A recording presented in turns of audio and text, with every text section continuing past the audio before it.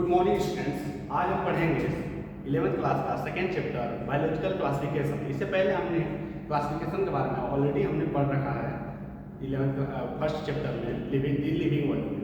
उसमें हमने पढ़ा कि क्लासिफिकेशन क्यों करते हैं। Classification 1.7 to 1.8 million species describe है, तो उन्हें पढ़ने के लिए आसानी हो अपने कन्वीनियंस कैटेगरी के हिसाब से अलग अलग ग्रुप में उसको क्लासीफाई कर दिया है। ठीक है, और उसको पहले देखते हैं, पढ़ेंगे। बायोलॉजिकल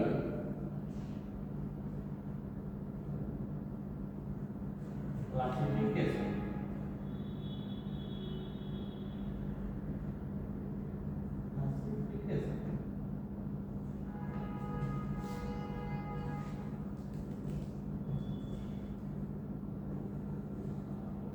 अब इसमें देखिए कि बायो लिविंग और ऑर्गेनिज्म का हम क्लासिफाई करेंगे और उसको डिटेल में पढ़ेंगे। ठीक है, इसमें देखिए सबसे पहले हम अपने यूजेस के बेसिस पे अर्लीस्ट क्लासिफिकेशन आया था। अर्लीस्ट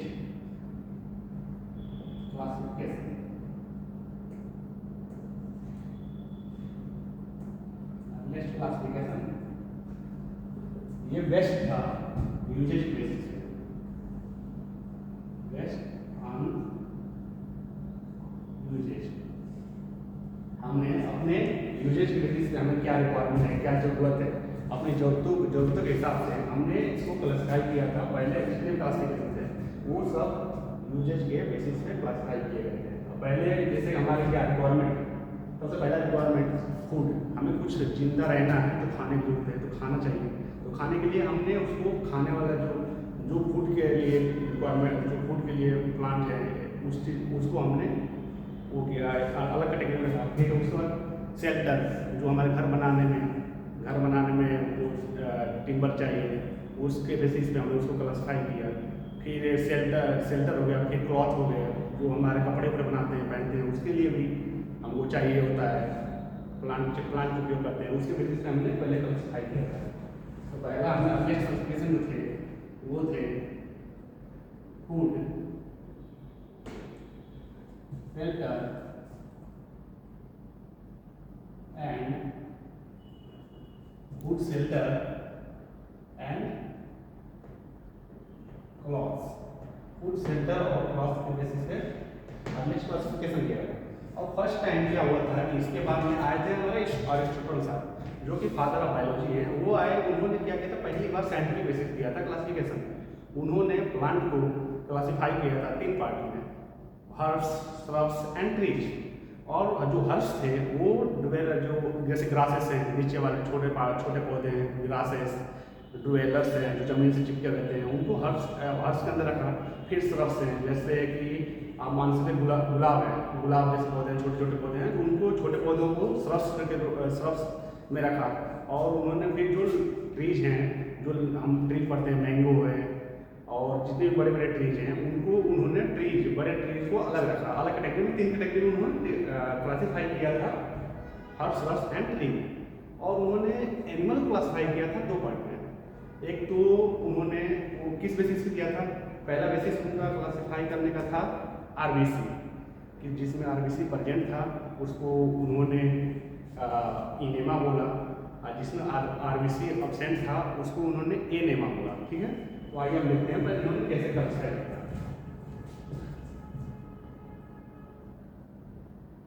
अरिस्टोटल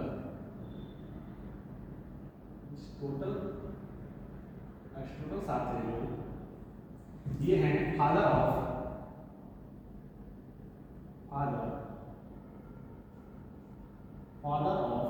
बायोलॉजी के फादर है। ठीक है, फादर ऑफ बायोलॉजी। इन्होंने पहली बार साइंटिफिक बेसिस ऑफ क्लासिफिकेशन दिया था। फर्स्ट टाइम ये scientific basis of classification. Aristotle sir ने पहली बार साइंटिफिक बेसिस ऑफ क्लासिफिकेशन दिया था। इन्होंने क्या किया था, प्लांट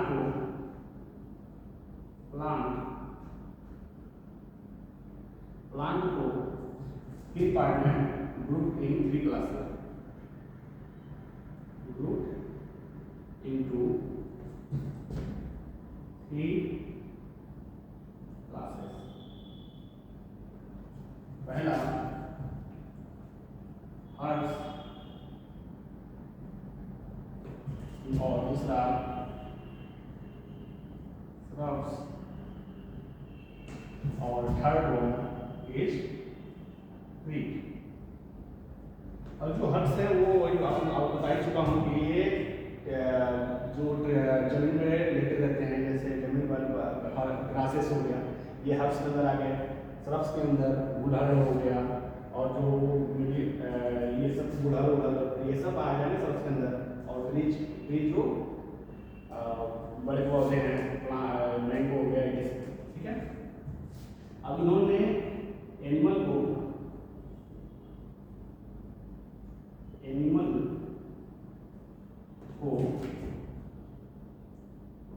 2 क्लासेस में group into 2 classes, group into 2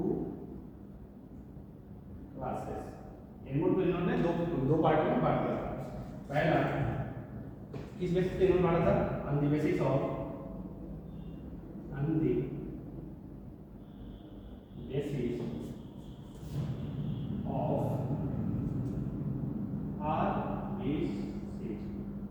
RBC के बेसिस पे इन्होंने एनिमल को 2 ग्रुप में बांट दिया था। आरबीसी जिसमें प्रेजेंट होती है, मुझे बताया रेड ब्लड सेल। आरबीसी का मतलब रेड ब्लड सेल, जिसमें रेड ब्लड सेल प्रेजेंट होते हैं तो वो रेड दिखेंगे। तो इसलिए रेड कौन रेड दिख रहा है और कौन किसके अंदर ब्लड रेड नहीं है, उसके बेसिस पे इन्होंने 2 पार्ट में एनिमल को बांट दिया था। पहला जिसमें आरबीसी प्रेजेंट था उसको इन्होंने इनेमा बोला, और जिसमें आरबीसी एब्सेंट था उसको उन्होंने एनेमा बोला। फर्स्ट इनेमा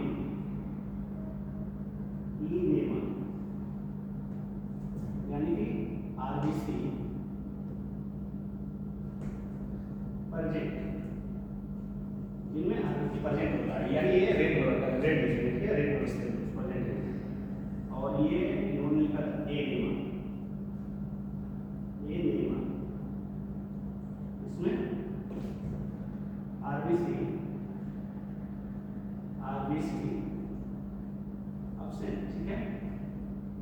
आरबीसी जिसमें एब्सेंट होगा उसको एनेमा में उन्होंने क्लासिफाई किया था, जिसमें प्रेजेंट होगा उसको जिसमें एब्सेंट होगा उसको एनेमा, और जो प्रेजेंट होगा उसमें इनेमा, ठीक है।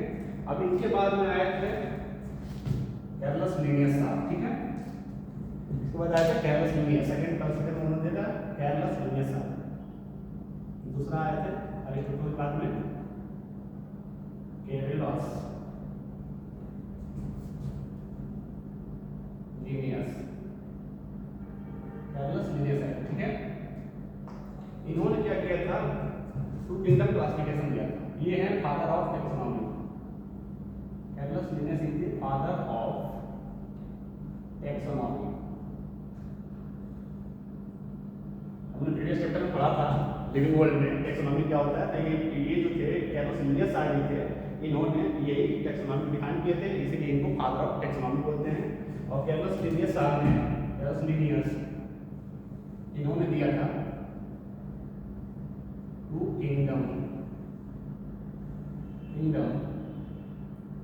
क्लासिफिकेशन,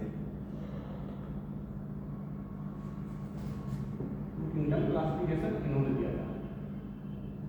इन्होंने डिफाइन किया था, एक पहला दिया प्लांट और दूसरा एनिमल। अब किस बेसिस पे इन्होंने डिफाइन किया था प्लांट और animal basis, on the basis of cell wall, जिसमें सेल वॉल प्रेजेंट था उसको प्लांट बोला इन्होंने, cell wall present, cell wall present थे तो उनको प्लांट के अंदर इन्होंने रखा, और जिसमें सेल वॉल एब्सेंट था उसको इन्होंने एनिमल के अंदर रखा। Cell wall absent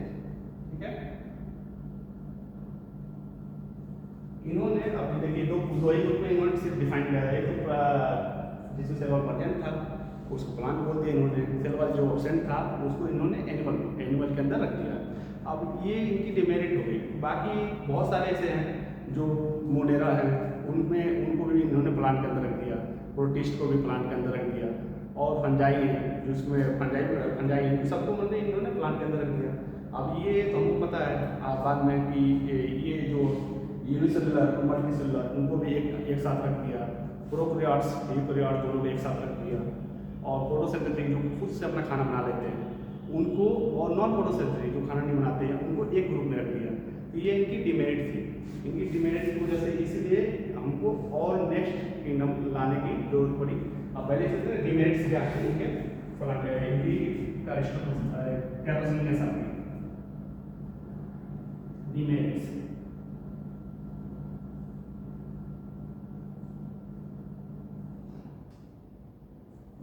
he grouped together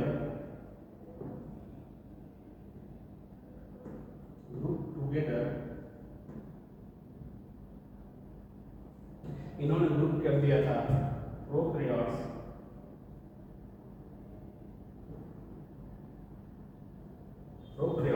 and eukaryotes. पहले था कि इन्होंने प्रोकैरियोट्स को यूकैरियोट्स एक साथ रख दिया था। दूसरा यूनिसेल्युलर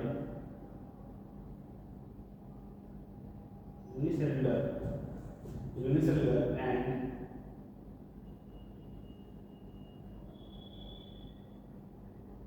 मल्टीसेल्युलर दोनों को एक साथ इन्होंने एक ग्रुप में रख दिया था। और इन्होंने फिर जो फोटोसिंथेसिस होते हैं, फोटोसिंथेटिक बैक्टीरिया फोटोसिंथेटिक होते हैं उनको नॉन फोटोसिंथेटिक के साथ में रख दिया प्लांट के अंदर। फोटोसिंथेटिक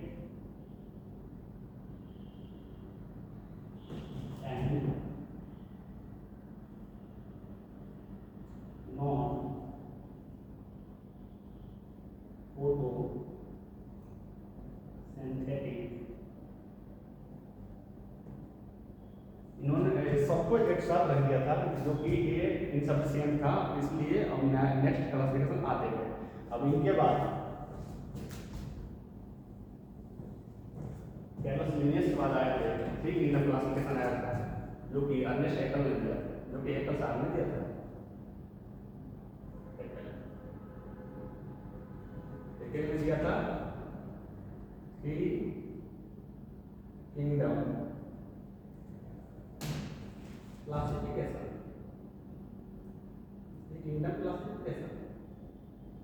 ठीक है। अब इन्होंने क्या एक्स्ट्रा दिया था, इन्होंने प्रोटिस्टा को अलग कर दिया था, ठीक है। प्लांट किंगडम और एनिमल किंगडम में थे, इन्होंने एक एक्स्ट्रा कर दिया था, प्रोटिस्टा को अलग रूप दे दिया। इन्होंने प्रोटिस्टा को सेपरेट ग्रुप में रख दिया था इन्होंने। अब ये प्रोटिस्टा का क्या रखते हैं, किसको प्रोकैरियोट्स को रख लिया, प्रोकैरियोट्स, ठीक है। पोलीफेरा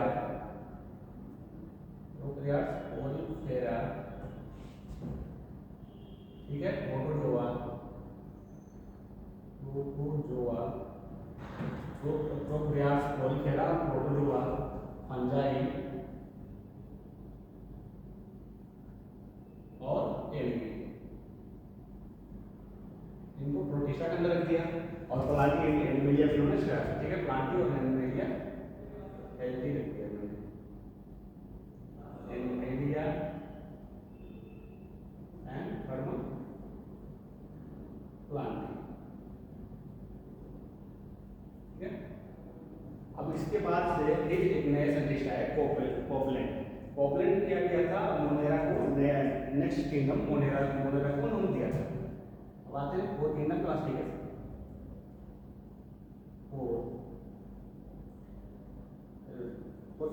किंगडम क्लासिफिकेशन इसमें आया था। इनके बाद में हैकेल के बाद में कोपलैंड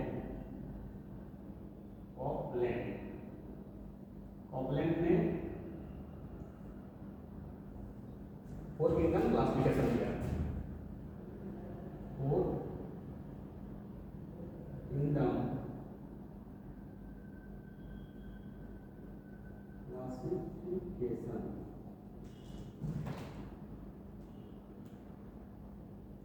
ठीक है, फोर किंगडम क्लासिफिकेशन इन्होंने दिया था कॉकरेन ने।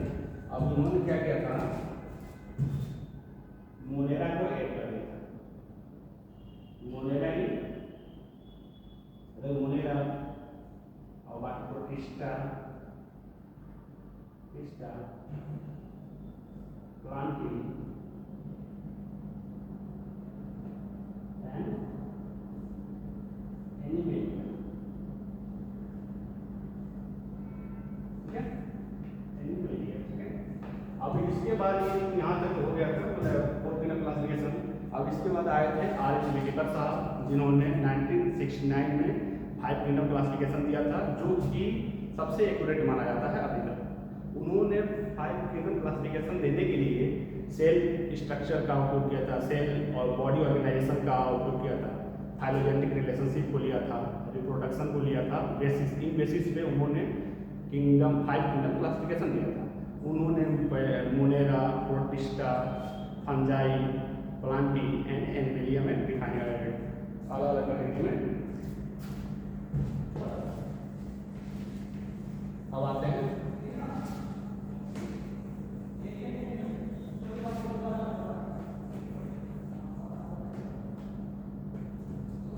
R.H. विटेकर।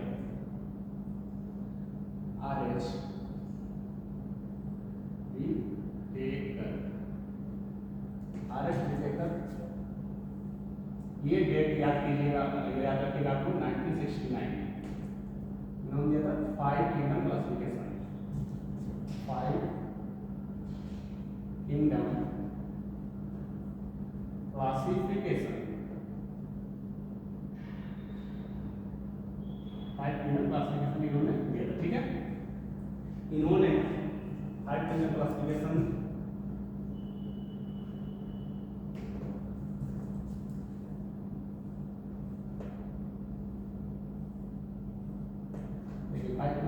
क्या क्या किया?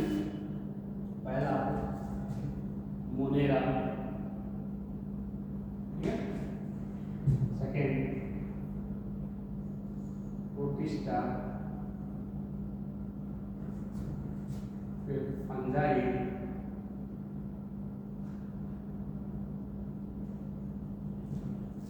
Plantae and last one animalia.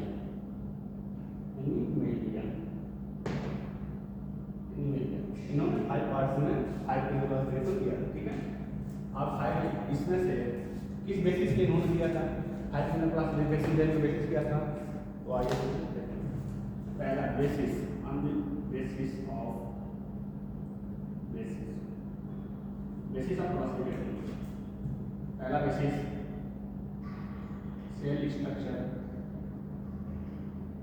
Basis पे इन्होंने क्या किया था? दूसरा बॉडी ऑर्गेनाइजेशन,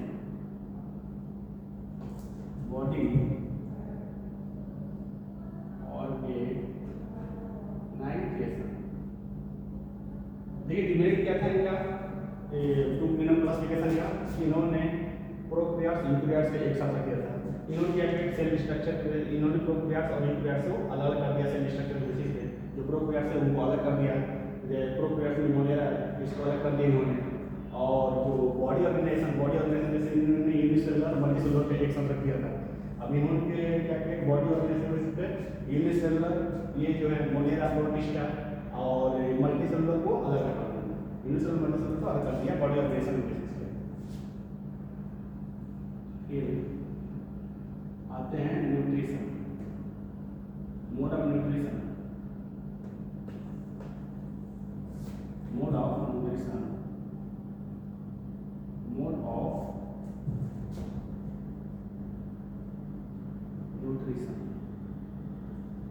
न्यूट्रिशन में इसमें न्यूट्रिशन में इन्होंने क्लासिफाई किया था। और फोर्थ वन रिप्रोडक्शन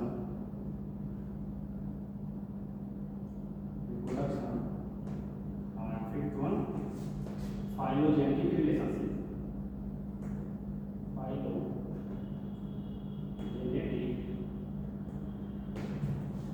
रिलेशनशिप।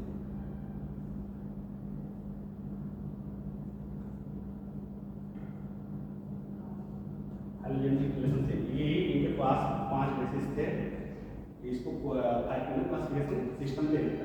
इन्होंने जो डिमेरिट था इनका कैरियोस्टिनियस का उसको दूर कर दिया।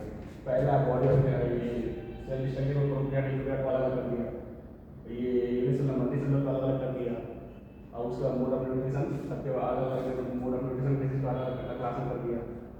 और रिप्रोडक्शन और फाइलोजेनेटिक रिलेशनशिप, फाइलोजेनेटिक रिलेशनशिप क्या है? ये इवोल्यूशनरी बेसिस पे जो इवोल्यूशन होता जाता है उसी को इवोल्यूशन के बेसिस पे, इवोल्यूशनरी रिलेशनशिप के बेसिस पे इन्होंने अलग अलग कैटेगरी में डिफाइन कर दिया। ठीक है, इन्होंने 5 बेसिस लिए डिफाइन कर दिया।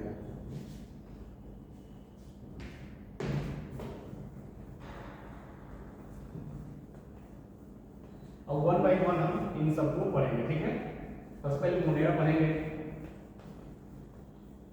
1 बाई 1 सबको स्टडी करेंगे। सबसे पहले मोनेरा पढ़ेंगे, उसके बाद प्रोटिस्टा, उसके बाद फंजाई, फिर प्लांटिया और एनिमेलिया। ठीक है, अब पहले देखते हैं Monera, kingdom Monera. Kingdom Monera,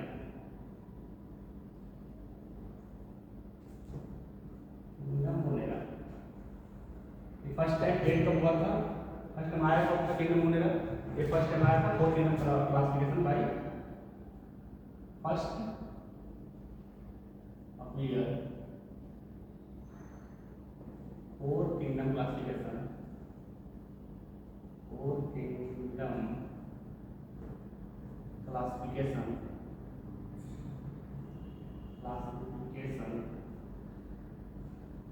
bye populate.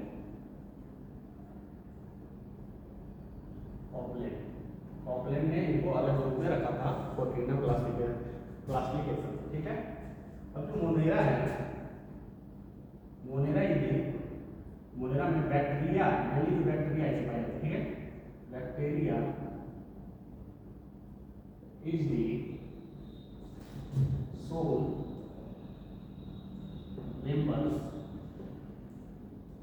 members of Monera. Bacteria इस किंगडम में सबसे ज्यादा क्या पाएंगे? बैक्टीरिया पाएंगे। Bacteria is sole members of Monera.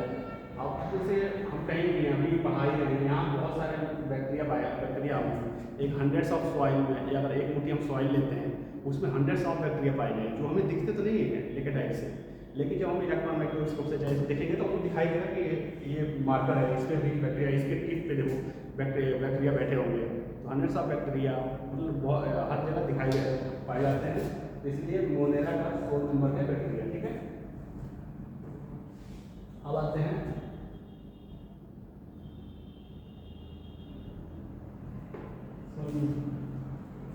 ये कॉस्मोपॉलिटन होते हैं, कॉस्मोपॉलिटन हर जगह पाए जाते हैं। ठीक है, और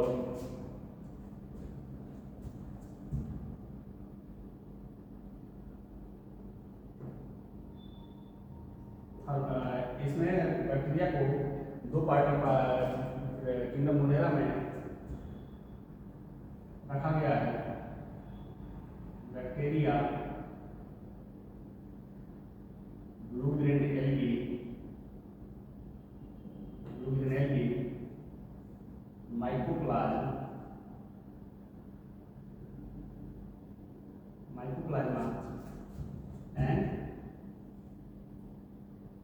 mycoplasma and archaebacteria।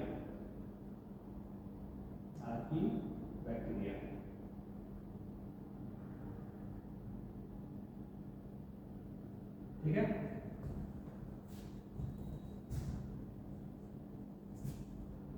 अब इसको अलग अलग क्लास में पढ़ेंगे। पहले सबसे पहले हम पढ़ेंगे यूबैक्टीरिया और उसके बाद फिर पढ़ेंगे आर्किबैक्टीरिया। ठीक है,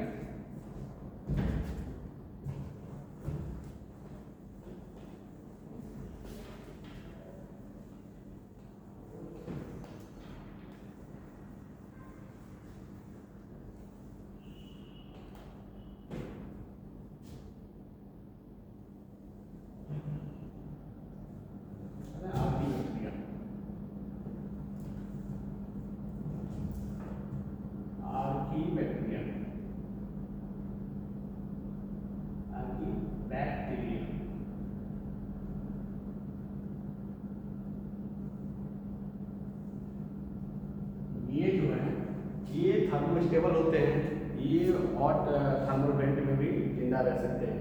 और ये हेलोफाइल्स भी होते हैं और मिथुनेजम्स होते हैं। इसमें देखिए पहला थर्मोस्टेबल होते हैं, आर्टिफिशियल थर्मोस्टेबल होते हैं। दूसरा हेलोफाइल्स होते हैं, हेलोफाइल्स ये साल्टी कंडीशन में भी, हेलोफाइल्स मतलब साल्टी कंडीशन में सर्वाइव कैन सर्वाइव।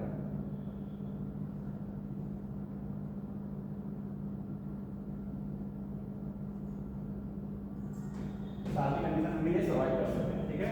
थर्मोस्टेबल यानी कि हॉट टेम्परेचर पे भी ये सर्वाइव कर रहे हैं, can survive in hot temperature, can survive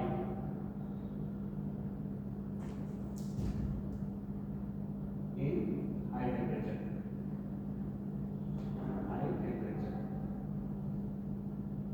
high temperature भी सर्वाइव करते हैं। और कुछ व्यक्ति ऐसे हैं कि 96 डिग्री सी पे भी सर्वाइव कर जाते हैं, वो अभी फिर आते हैं। आइए किसमें से कैसे सर्वाइव क्यों करते हैं? क्योंकि इनके पास सेल वॉल स्ट्रक्चर अलग होता है। ये ब्रांच लिपिड का बना हुआ इनका सेल वॉल होता है जो कि मदद करता है हाई टेम्परेचर पे भी सर्वाइव करने में। हेलोफाइल्स मतलब साल्टी हाई साल्टी कंडीशन में भी ये सर्वाइव कर जाते हैं इस वजह से, क्योंकि इनका जो सेल वॉल होता है वो बना हुआ होता है म्यूकोपॉलीसेकेराइड पॉलीसेकेराइड से, ठीक है, जो कि ब्रांच लिपिड को बनाता है। ब्रांच लिपिड उसमें ब्रांच हो जाता है, जैसे ये है लिपिड हमने पढ़ा था सेल वॉल पढ़ेंगे। ये लिपिड का जो टेल है, ये टेल इसका ब्रांच हो गया है, इसकी टेल जो ब्रांच हो गई है वो इसको मतलब एक्सट्रीम कंडीशन में, एक्सट्रीम साल्टी कंडीशन में, ये हेलो थर्मल कंडीशन में भी सर्वाइव करने के लिए मदद करती है, बचा करती है इसको, ठीक है।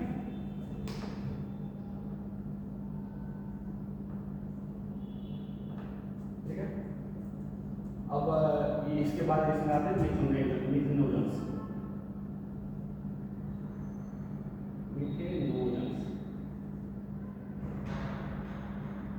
मीथेन प्रोड्यूस करने वाले मिथेनोजन, नाम में लिख रहा है मीथेन प्रोड्यूसिंग होते हैं, ठीक है। मिथेनोजन ये ट्रांसमिशन बनाते हैं, पाए जाते हैं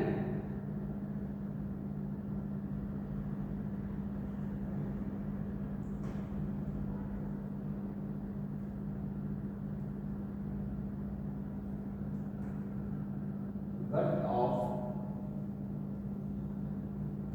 ये पाए गट में, gut of ruminant animals, gut of ruminant animals, जैसे कि gut of ruminant animals like cow and buffet, like cow and Buffett.